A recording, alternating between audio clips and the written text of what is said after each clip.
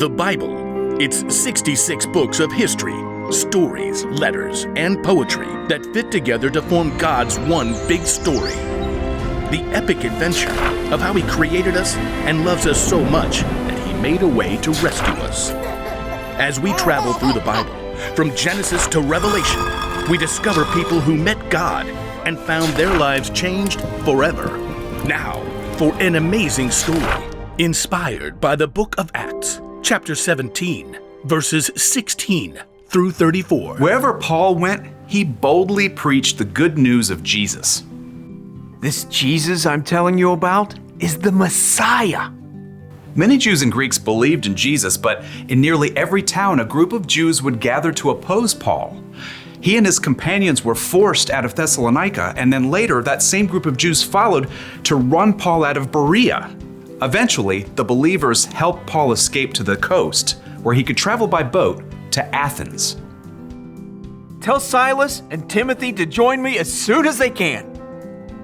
Once Paul reached Athens, he walked the streets of the ancient city, disturbed by what he saw. Carved and molded statues everywhere. Statues of their gods. The people really believe false gods can help them. In fact, the Athenians believed in around 30,000 false gods. Yeah, they believed these gods were in charge of everything from sports to sleep to doors and cleanliness. A god of grapes. Okay. While Paul waited for his friends, he visited the Jewish synagogue to tell Jews and Greeks alike about Jesus. And in the marketplace, he spoke to anybody who would listen. You have to hear about Jesus. He was killed, but he came back to life. Paul's words stirred up a group of Athenian thinkers. These men felt that they could achieve perfection through knowledge and wisdom. Can you explain what this fellow is chattering about? He seems to be telling us about gods we've never heard of. We shall take this Paul to a meeting of the Areopagus. There, we shall reason it out. Set high on an outcropping of rock, the Areopagus was the high court of Athens. And from this viewpoint, Paul could see all of Athens spread out below him. Closer at hand, the gathered Epicureans and Stoics studied Paul. What is this new teaching you're giving us? You have some strange ideas we've never heard before. We would like to know what they mean. Paul took a deep breath.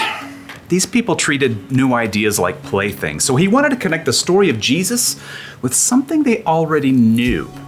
People of Athens, I see that you are very religious in every way.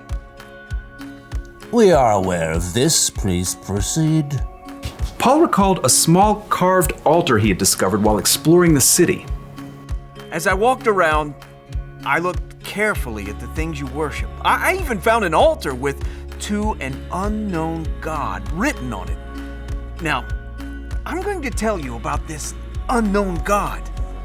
Paul explained to them that the true God created the entire world and everything in it. He created each individual person with a purpose and an adventure to live. He did it so that people would seek Him and find Him, even though He is not far from any of us. Preposterous. Continue. Paul knew that these Athenians might listen to the words of their own writers that might actually reflect something of who God is.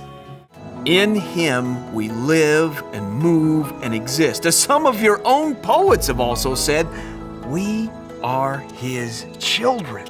An interesting point. Paul told them that people are God's children. God is alive and real, not some carved statue or molded from gold. And now by sending Jesus, God was telling everyone everywhere to turn away from the bad things they've done and to follow Him. God has proved this to everyone by raising Jesus from the dead. Preposterous. Fascinating. More like fantasy. Get this joker out of here. No. This is new, fresh. We will hear you speak about this again sometime. A man called Dionysius had been among the crowd at the Areopagus. He hurried to catch up as Paul left. I want to know more about this living God. About Jesus. I can help you, friend. So Paul continued to spread the good news and love of Jesus, and after a short time, Dionysius became a follower of Jesus, as well as a woman named Damaris and several others.